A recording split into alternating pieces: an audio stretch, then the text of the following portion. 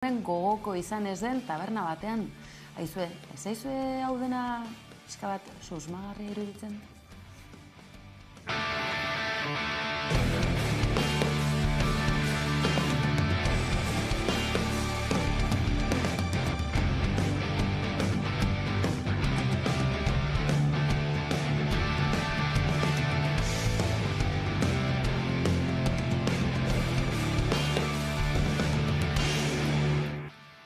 Susmagarria ala ez, bakoitzak atera ditzala bere ondorioak. Hasteko eta behin goazen Iruñera zuzenean. Sandra Urra, zer da Iturrama auzoko Espala taberna ezagunean gertatu dena?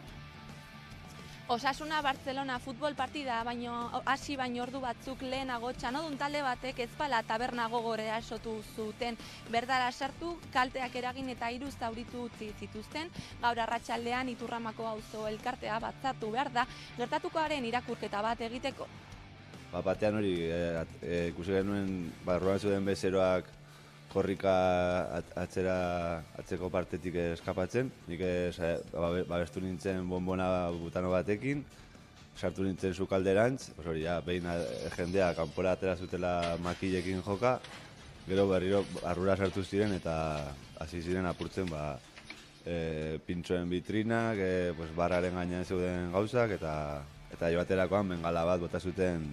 Gaur egongo gara kristalak eta horrela konpontzen eta bihar espedugu edo gaur arratsaldean. Badirudi ongi daudela, batek klabikula apurtuta eta besteak kolpeekin eta horrela, baina ongi. Horixe beraz, atzo arratsaldeko gertakizunari dagokiona, hain zuzen ere, gaur auzo batzarra, deialdi gehiagorik ere espero da, ez baita aurreneko aldia, Espala taberna eskuin muturrak erasotzen duena, izan hormetan utzitako mezu fasistak, edota bestela, ohiko bilakatu diren polizia miaketak eta abar eta abar. Horri buruz galdetu diogu, hain zuzen ere, auzoko ordezkariari, Une Pastore. Izan ere, ez delako lehen aldia, Iturraman alako gertakizunak, alako erasoa gertatzen direnik, eta batez ere, Espala tabernaren aurka edo langile edo bertan egon diren bezeroen kontra, beste batzutan ere alako erasoa gertatzen direlako, ez? Eta batzutan, oraingoan bezala, kaputxadun fasistak izan dira erasotu dutenak, beste batzutan uniformedunak izan dira arazoak sortu izan dituztenak, orduan, guk impunitate giro horretan enmarkatzen dugu, pixkatatzo gertatu dutakoa. Aldi berean, Espala taberna, Iturrama bezalako auzo batean, badakigu jende askorentzat, gune desatsegina dela edo gune deserosoa, ez lukete nahi bertan ikusi nahi. Eta betianik egon izan da eskuianen jo puntuan, espainolisten jo puntuan, taberna hau, eta jakinda auzoko mugimenduaren eta kolektibo ezberdinen topaleku badela taberna hau, honen kontra egin izan dute askotan, eta atzoka, gure ustez goia jo duen giro baten ekintzarik bortitzen.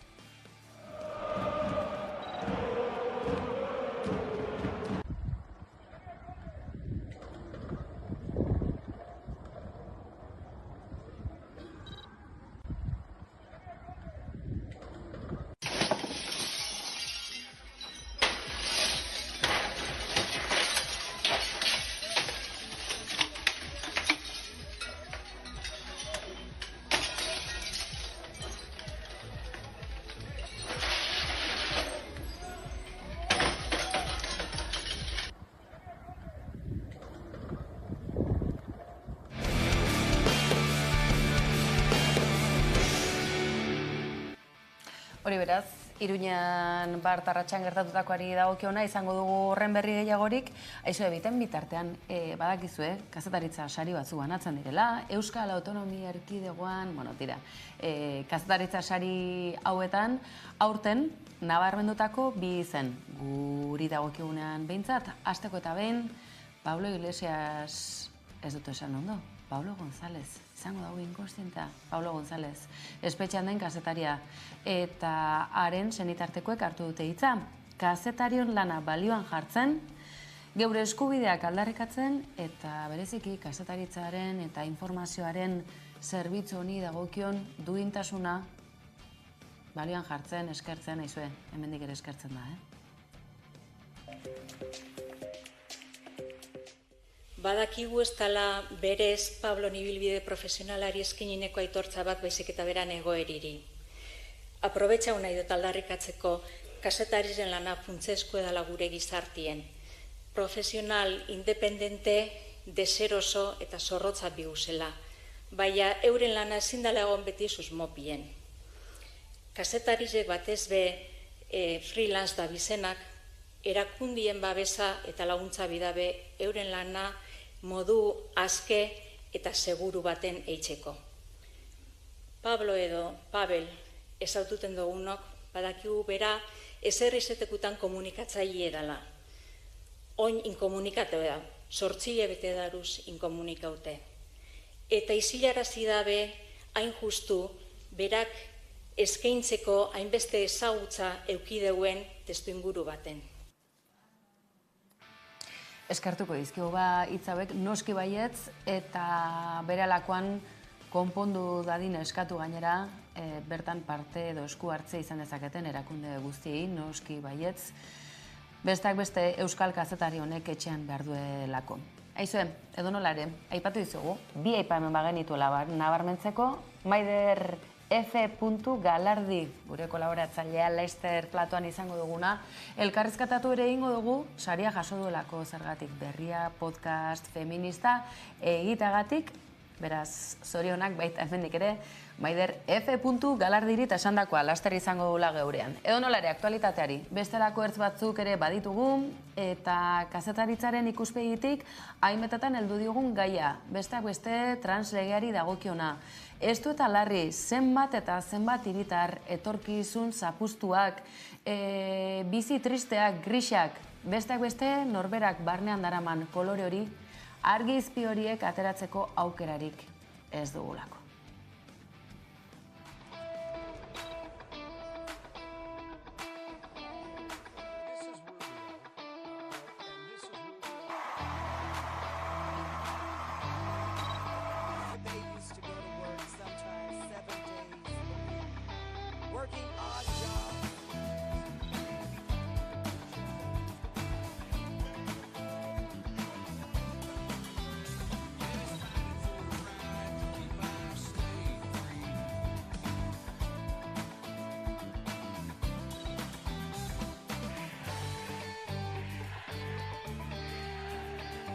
Nothing ever makes him happy, but he looks in on the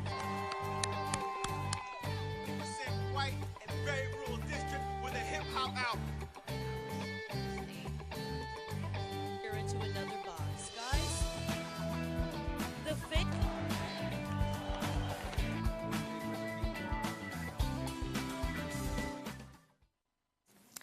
Eta alaxe, translegari buruz aipamena egin dizuegu, baina bestelako trans batzuei eman diegu tartea. Aizue, Ameriketako estatu batuetan, batetik bestera, botera aldaketarik, ez dakigu, baina badirudi antzerako generoa duten hautagaiak ozta-ozta izango direla. Gorri ala urdin, jakingo dugu, auskalo akaso abendura arte ez da argi geratuko, nork izango duen agintea Ameriketako estatu batuetan, besteak beste, aipatutako eskubide urraketak arriskularrian emakumeon, etorkizunari dagokionean, besteak beste, haurdunaldi etete edo abortu eskubideari dagokiona.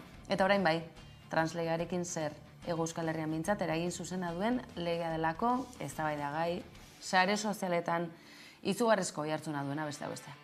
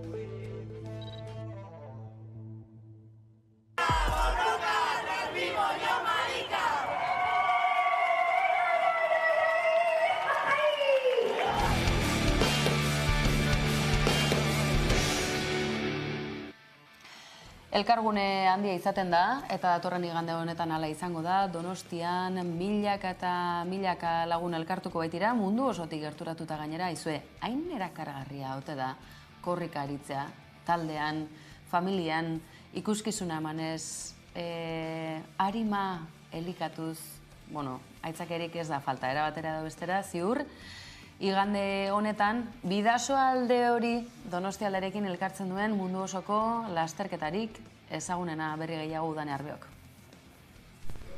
Igande honetan izango da Behobia Donostia Euskal Herriko lasterketa jendetsuena 57. ekitaldia izango da. Aurtengoa eta 29.700 eta 32 lagunek eman dute izena. Jada emakumeak inoiz baino gehiago izango dira, 28 emakumeak izango baitira, alegia 8.500 emakumeek eman dute izena. Eta hori ala antolatzaileak pozik agertu dira, euren helburua emakumeen eta gizonezkoen kopurua parekatzea baita. Esan behar da, iazkoa koronavirusaren ondorengo lehenengo ekitaldia izan zela eta parte hartzaileen kopuruak bera egin zuela, baina esan bezala aurtengo edizioa berriro ere jendetsua izango da eta aurtengo leloa gozatu izango da. Behobian ekingo diote lasterketari eta Donostiako bulebarrean amaituko da.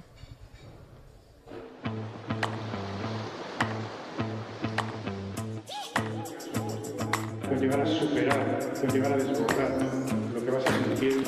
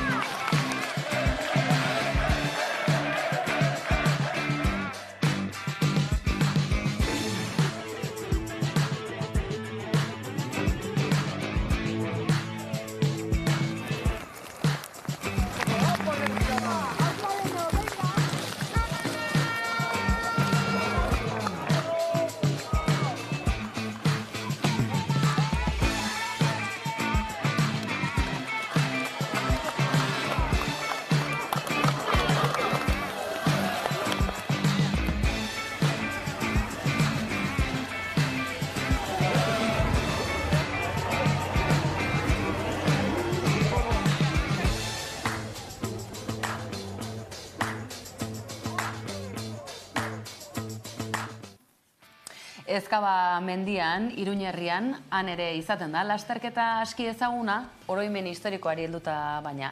Memoria demokratikoaren arira, Ezkabarekin zer gertatuko ote da. Horri buruz aritu da ikerketa lanetan, azken garaiotan, Ibai Fernandez kazetaria Noticias Navarra edabidetik, arekin izan gara, besteak beste, konta dagigun zer nolako ikuspegia duen eta etorkizuna izango duen Ezkaba mendiak izan ere, mendi ibilbidez gainera, memoriaren ibilbide ere bada, mendi inguru guzti hori.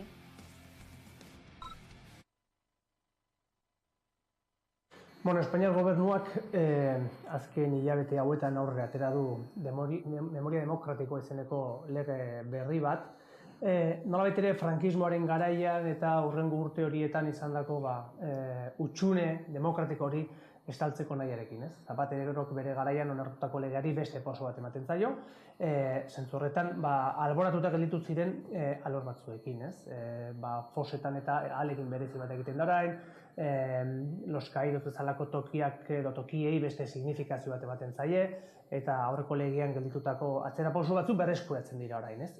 Tarte horretan Espainiako gobernuak babesak bilatu behar izan ditu, ez zeukan gehiago nahikorik, eta horretan EH Bilduren babesa lortu du, eta horretarako EH Bilduk kontraprestazio moduan edo baldintza batzuk jarri dizkio Espainiako gobernuari, besteak beste, 1978an mugatutako epe hori hor utzi beharren 1983 urtearen arte zabaldu egiten da legeak abarkatu egiten duten eremu hori, eta gainera Ezkaba mendiko gotorlekua ere memoria toki bilakatzeko akordioa hartu du Espainiako gobernuarekin. Espainiako gobernuaren baimena behar da, azken finean defentsa ministroaren propiedade bat delako, ez, gotorlekua. Aspaldidaniko reklamazio edo rebindikazio bat izan da hori, eta hori martxan jarri behar da orain. Galdera da, nola egiten den hori, ze ez da bat ere erraza.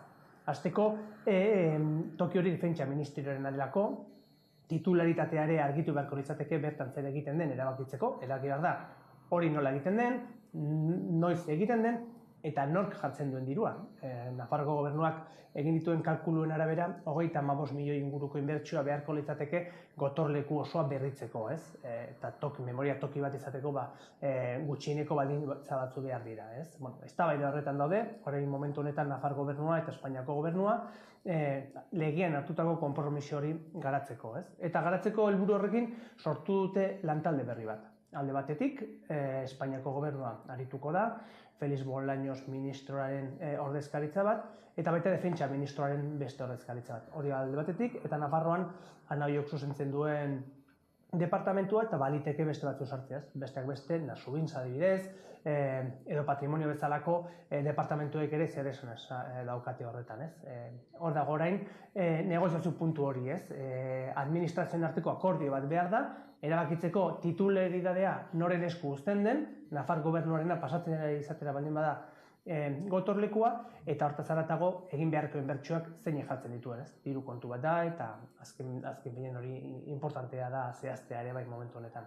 Aipatzen duen moduan, arazoa izan da betidanik, defentsa ministroaren titularia dela hori, bestetik Iruñerriko mankomunidadeak ere bertan parke bat egin nahi du, defentsak baditu hor bere terrenoak, euskal bere ejertzitoa ere bai tarteka, eta hor dago negoziazioko esparru bat, eta gainera diru kontu bat da, ez? 35 milioi behar dira, gutxienez, eta erabaki behar da, zein bertso mota egiten denez. Horretarako, aprobetxatuz orain, Espainiako gobernuak aurrekontuak negoziatzen ari dituela, EH Bilduk proiektuaren noletere beste harimutur hori lotuz, dirua ere eskatu dio Espainiako gobernuari, ez? 4 milioiko aurrekontua eskatzen dio Espainiako gobernuari aurrekontuetan, diru horrekin ez da guztia egingo, baina behintzat datorren urteari begira lehenengo gauzak egiten hasteko diru nahikoa izan litzateke, ez? Lehenengo proiektua diseinatu behar da, lehenengo zer egin nahi den erabaki behar da, eta hortik behin erabakita lehenengo lanak egin daitezke, ez? Garbiketa lanak, mantenimendu lanak, eta gero epe ertain eta luzeari begira segurazki beste inbertsio mota batzu, ez? Baina behintzat lehenik eta behin lanean hasteko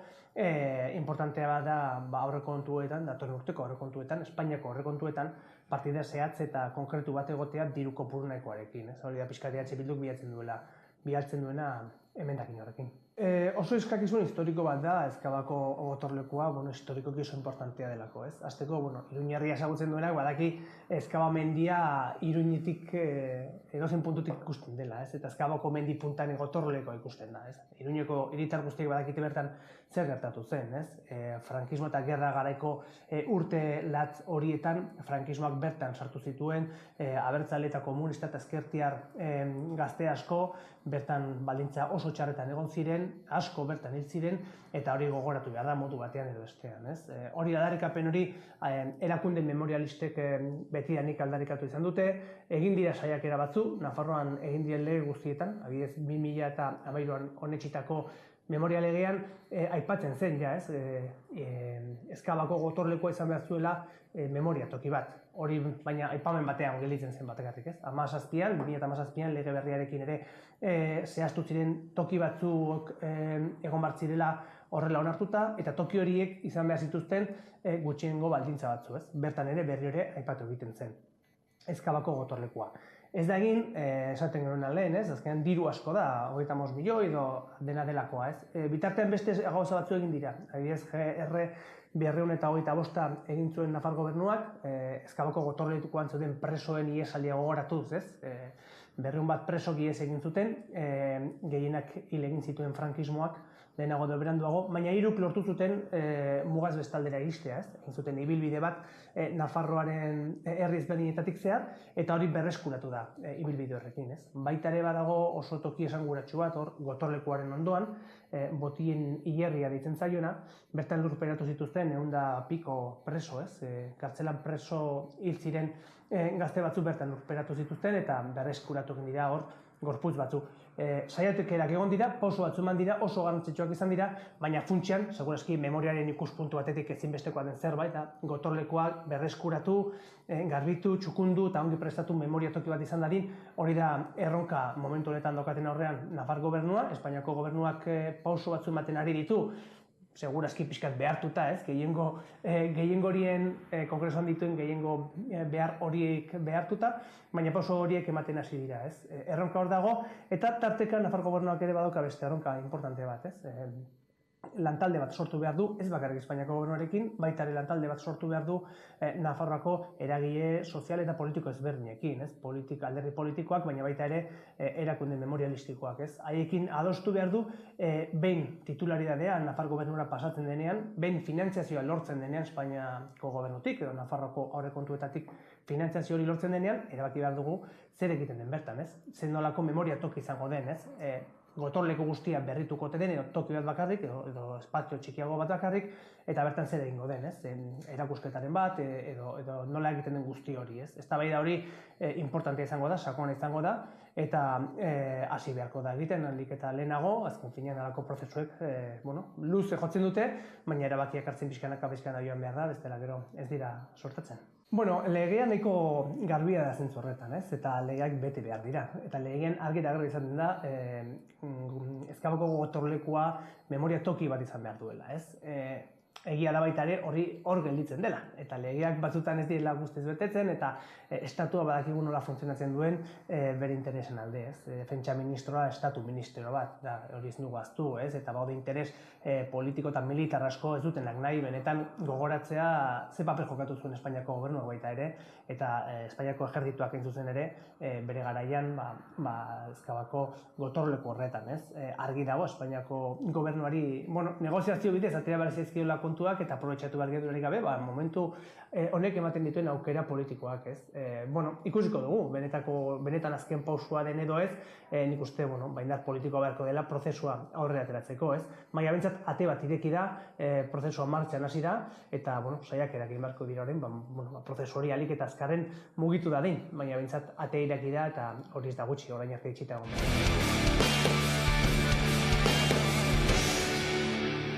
Hori beraz, Ezkabari dagokionean eta memoria demokratikoaren ikerketa lanetan diharduen Ibai Fernandez kazetarireri dagokionean, aizue, datorren asteburu honetan, bada bestelako hitzordurik, goazen Mugaldera, aurten mendialdea izpide duelako Lurrama azokak.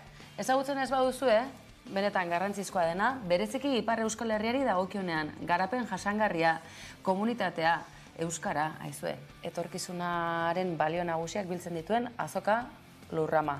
Gurekin bertan bidali berezi, Udane Arbeo.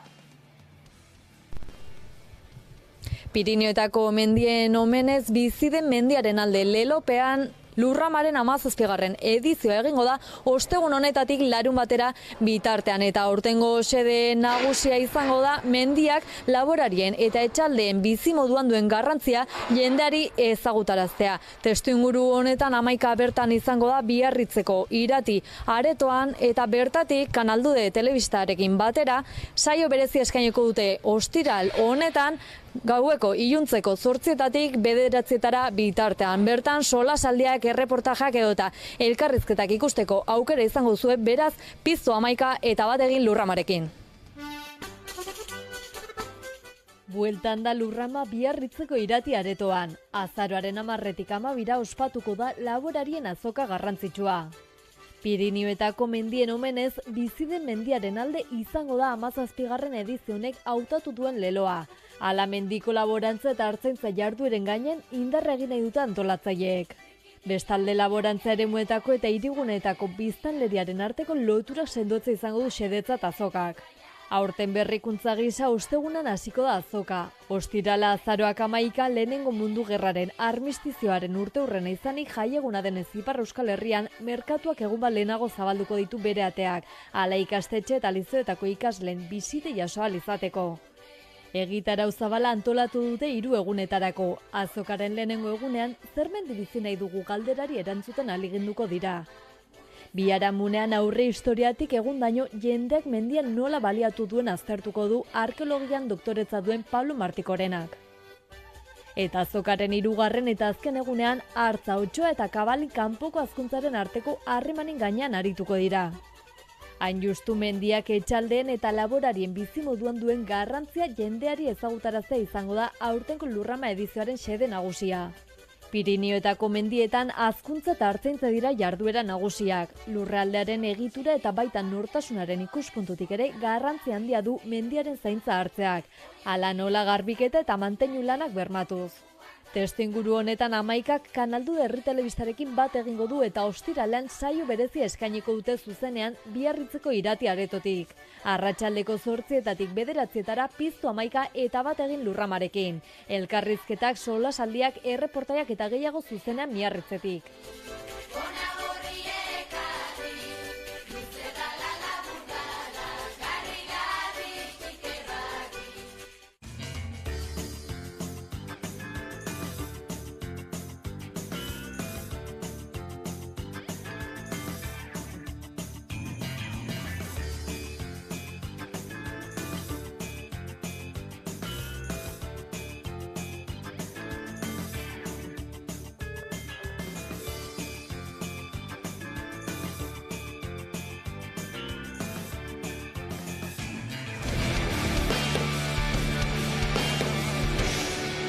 Hori beraz, asteburu honetan, Kanalduderekin lankidetzan izango duzuela Lurrama azoka. Bagoaz, beralako batean, badakizu aste honetan musika zuzenean saio ia ikusienean, kolpez kolpe ikusiena delako, nor izango den gonbidatu nagusi Bizkaiti datoz guda dantza dute izena, eta izue, proposamen interesgarria, ez dizuegu gehiago aurreratuko bakizue musika zuzenan ikusi. Ostegunan, asteburuan, nahi eran izango duzue. Gu bezalaxe, aplikazioa Smart TV-a, YouTube, 11.2/zuzenean, Lurreko Telebista Digitala, arnasia begeratuko gora. Baina, badakizue, hemen izango gaituzuela egunero zuzenean hemen. Zuen albistegi zerbitzuan, kolpez kolpe antenatikat.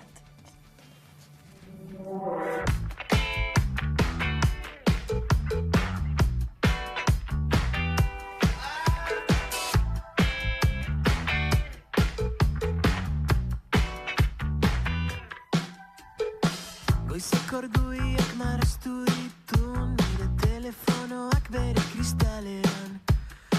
Behin da berriz aurkitu zaitut abesti guztien letren korapiloan, baina gaur ez dakit nondik hasita nondik bukatu, ez da aterperik hiriburua lotzetan.